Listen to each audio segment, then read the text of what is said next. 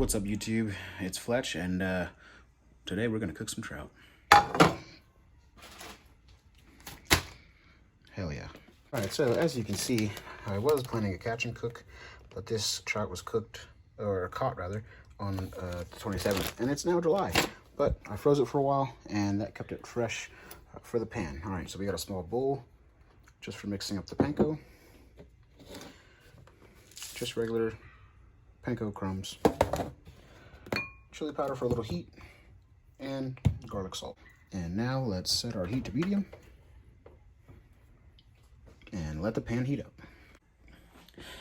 So in late June last month, I was planning this to be a catch and cook, but as you can see, our humble abode is in disarray because we are moving. But no worries, as summer goes on and after we finish the move, there definitely is going to be a video on how to catch and cook trout in the field. It's going to be great. We're going to cook it over fire. It's going to be awesome. Let's move over to the freezer. It's got some eggs. No bacon. That's for venison. Pull out 2 eggs for a little bit of lube. If you guys don't know, and you're a novice chef watching this, let's put that back in there. Yeah, there we go. Okay, so if you guys don't know, what we've got is 3 basic ingredients, right? So you've got your meat base, right? The thing that you're going to cook, your protein source, right? Okay, then you've got your wet ingredients. Right here I'm using just egg and like a breaded thing to fry. But if this was like, say, like a back strap or whatever, you can still use eggs, or you can just use a little bit of oil. And then what you're gonna have is your dry ingredients for the coating for all that flavor, unless you marinated your stuff. But marinating and grilling fish isn't really a thing right now because my grill's not clean. So what we have in here is some panko, just breadcrumbs, and then all your dry ingredients are going to provide the flavor, just in case you guys are novices at cooking anything, not just fish and game.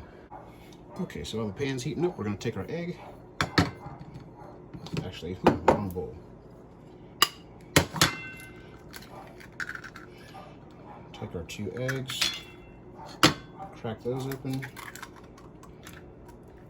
discard of those.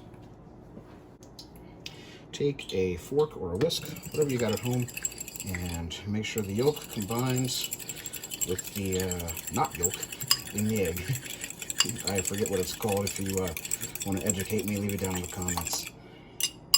Set that aside. All right, so what we've got here, right? We've got 1 prep for the oven. We're going to cook that later. And then we got 2 trout fillets. There's going to be some pin bones left in there. If you guys want a video on filleting trout on later, if I don't include it in the camping catch and cook video, I'll do that for you guys as well, so you can learn how to fillet fish. All right, and now the fun part. Okay, so I've got these panko. You can also substitute this for flour. A lot of people do, or if you're from the South, like me, you also know what cornmeal is like on maybe like striped bass, or maybe some smaller lake trout, or maybe some bluegill if you guys actually have that fishing history. The only difference between panko and cornmeal and flour is obviously going to be finer. Cornmeal is kind of like a gritty texture when you're cooking with fish. I don't really prefer that, so the panko is a happy medium. It also gives you like an airy crunch. And so now we're just going to add our seasoning. This is shooter's preference.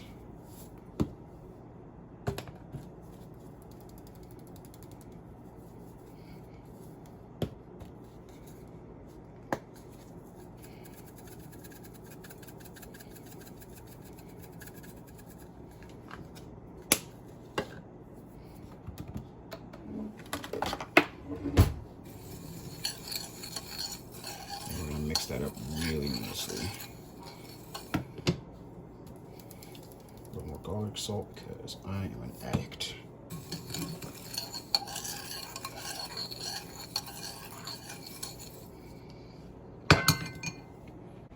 While this is going on the heat side of the room, you want to make sure that this pan is not boiling. We're not frying chicken.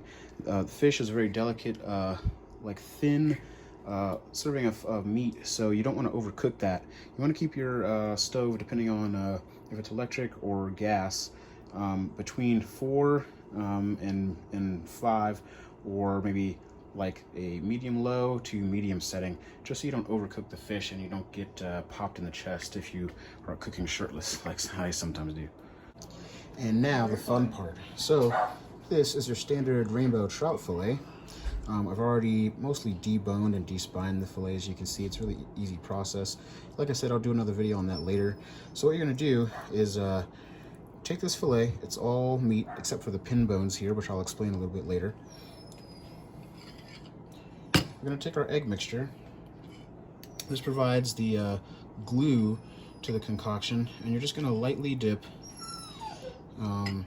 Pups are acting up back there. Gonna lightly dip that trout fillet in the egg mixture to give some lubrication for the panko seasoning mixture. You can do this in a bowl. I'm just doing it in a pan for ease of motion here so you guys can see what's going on. So then you're going to take your panko mixture. Make sure there's a good deep layer on there so you don't lose too much seasoning. And then we're going to firmly press that fillet into the panko. So you want to leave the skin on. If that's your preference, you know, if you don't like fish skin, that's fine. The skin has a lot of vitamins and minerals in the skin. It's really healthy for you. I leave skin on when I'm doing most fish fries.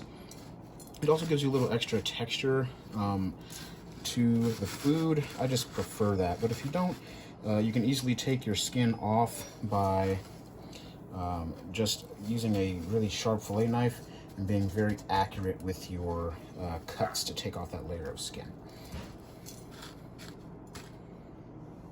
By now your pan should be really nice and hot.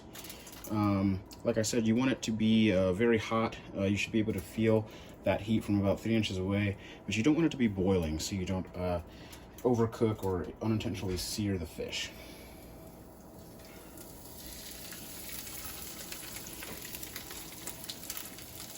And that's one fillet in the pan. Then we're going to throw our second guy in there.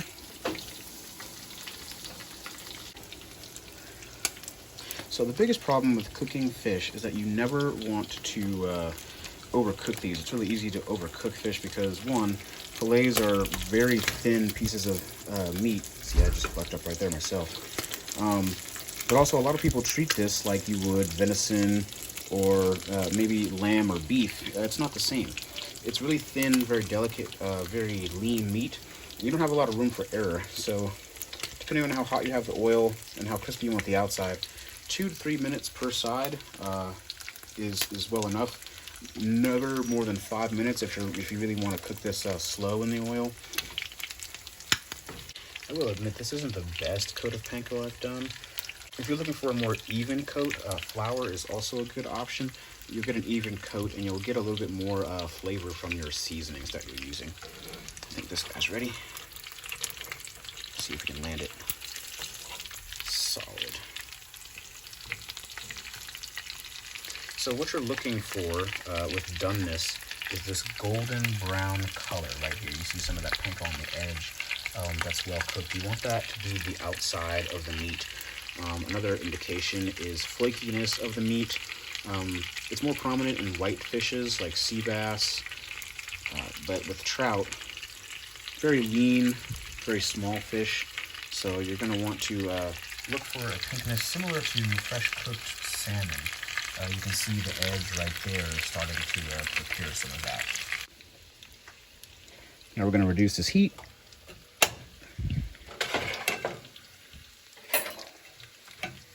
And let's not fuck this up.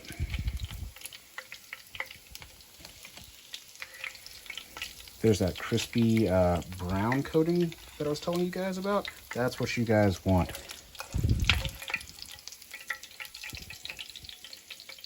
And those are 2 crispy trout fillets, fresh from the Colorado River.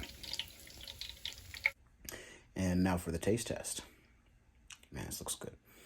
Oh, God.